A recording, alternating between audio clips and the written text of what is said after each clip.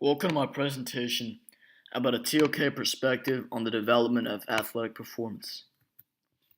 When you look at sporting achievements over the last decades, it seems like humans have gotten faster, better, and stronger in nearly every way. It is known to us as humans that not only our brains and intelligence develop over time, but also our bodies and therefore also physical and athletic ability.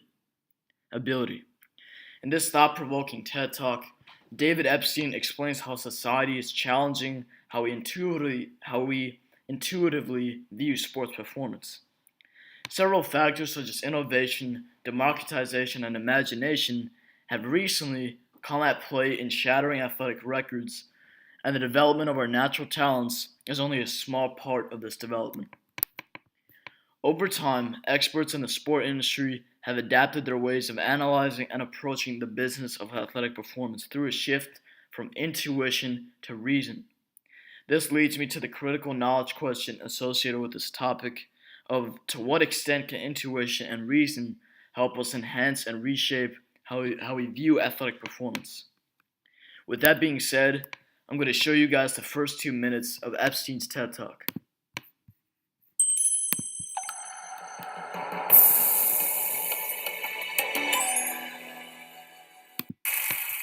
The Olympic motto is Sidious Altius Fortius, faster, higher, stronger, and athletes have fulfilled that motto rapidly.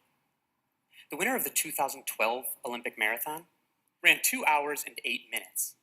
Had he been racing against the winner of the 1904 Olympic Marathon, he would have won by nearly an hour and a half.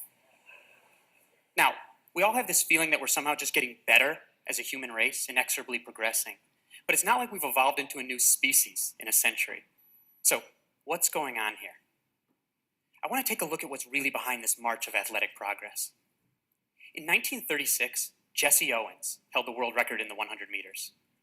Had Jesse Owens been racing last year in the World Championships of the 100 meters, when Jamaican sprinter Usain Bolt finished, Owens would have still had 14 feet to go. That's a lot in sprinterland. To give you a sense of how much it is, I want to share with you a demonstration conceived by sports scientist Ross Tucker. Now, picture the stadium last year at the World Championships of the 100 meters. Thousands of fans waiting with bated breath to see Usain Bolt, the fastest man in history. Flashbulbs popping as the 9 fastest men in the world coil themselves into their blocks. And I want you to pretend that Jesse Owens is in that race. Now close your eyes for a second and picture the race. Bang! The gun goes off. An American sprinter jumps out to the front. Usain Bolt starts to catch him. Usain Bolt passes him, and as the runners come to the finish, you'll hear a beep as each man crosses the line. That's the entire finish of the race. You can open your eyes now. That first beep was Usain Bolt. That last beep was Jesse Owens. Listen to it again. When you think of it like that, it's not that big a difference, is it? And then consider that Usain Bolt started by propelling himself out of blocks, down a specially fabricated carpet, designed to allow him to travel as fast as humanly possible. Jesse Owens, on the other hand, ran on cinders, the ash from burnt wood, and that soft surface stole far more energy from his legs as he ran.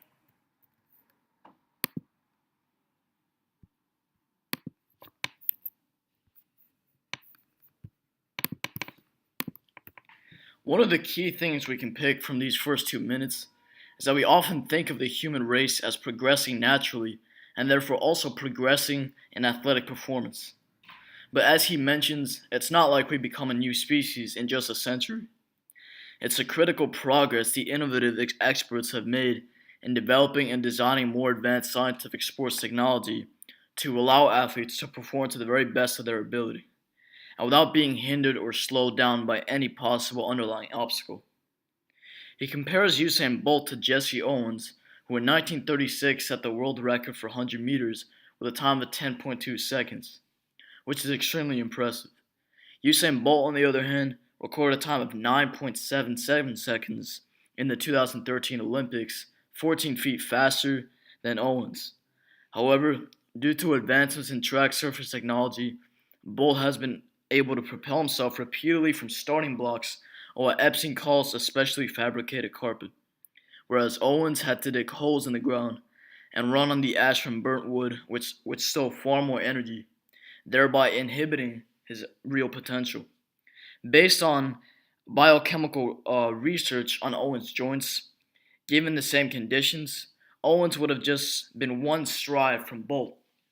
This type of ash was also used for long distance runners, such as when Roger Bannister was the first man to run under a mile or a mile in under 4 minutes in 1954. In the year 2013 alone, 1,314 did the same thing due to the same synthetic tracks of today. Because they however, if they were to run on the same conditions as Bannister, just 530 people would have done it in 2013. The same thing applies to bicycle races, where lighter and more aerodynamic inventions have been made, or in swimming races, for example, where new techniques, pool structures, and swimsuits have been huge contributors to breaking new records. Even things that to us seem obvious, like nutrition, where extremely detailed and scientific research has occurred in order to discover exactly what food and diets are most beneficial for athletic performance. An increase in innovation and new advanced research isn't the only thing pushing athletes and their performance forward.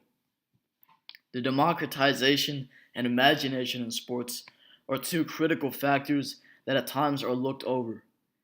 When you looked at the democratization of sports, there has been a dramatic change in the gene pool in sports over the last century. In the early half of the 20th century, sports instructors and coaches had the idea that the average body type for both men and women was the ideal body for all sports. As represented by this graph, there was hardly any dispersal. Soon after, this idea started to go away, and at the same time, technology, radio, to TV, to the internet gave millions or even billions of people around the world a ticket to consume elite sports performance. People started to realize they had an advantage in a certain sport, which accelerated the artificial selection for specialized bodies in sports rapidly, as demonstrated in the graph to the right. Athletes' bodies have become much more different from one another. Basketball players started getting taller, gymnasts have gone smaller, and even specific parts of athletes' bodies have changed. For example, professional swimmers' bodies have adapted so that they have a long torso compared to their short legs, and the opposite is the case for long distance runners. In addition to this increased democratization and altered gene pool in sports, athletes also have a different mindset than they once did. Athletes, due to research, are now able to train their minds into performing the most impossible tasks, such as climbing the world's tallest mountains in under 3 hours through what is known as ultra endurance. Even simple things like getting their minds ready before game days and how to train themselves to do that by steering away from their natural impulses. More and more knowledge is getting acquired in relation to sports and finding out what the human body is truly capable of. Ultimately, in taking a step back and looking at the progress athletic performance has made through the factors of innovation, democratization, and imagination, important connections can be made to the ways of knowing of intuition and especially reason. There have been two main shifts from a more intuitive approach to a more reason-based approach. In the first step of redefining and improving athletic performance, intuition is needed to ignore what prior to that point seemed to be the rational boundaries, or according to history rather. This has to do especially with purely observing the athlete's ability, and then based on their gut feeling, imagining what could be possibly changed. The second way of knowing is driven by logical, demonstrable, and measurable shifts in key variables. It is more rational based and has to do with changing variables to see where you have the most leverage. The innovation and democratization of sports, whether it be new technology, new techniques, nutrition improvements, or even the changing of athletes' bodies, depending on the sport, all come from fact-based analysis to fuel new athletic improvements. Reason has been the key to approaching it through a more scientific and logical way, almost like a scientific experiment, and redefining human and athletic boundaries. Because of this, this knowledge question helps us redefine society's traditional views on athletic performance and puts a high ceiling on new opportunities associated with these recent and scientific based improvements. As the world's technology and knowledge improve, new external and internal factors will be found to further this development. About a century from now, we'll be able to look back on our sports world today, just as we are doing to the beginning and looking back at the early 1900s, and we'll see how much athletic performance and sports have changed.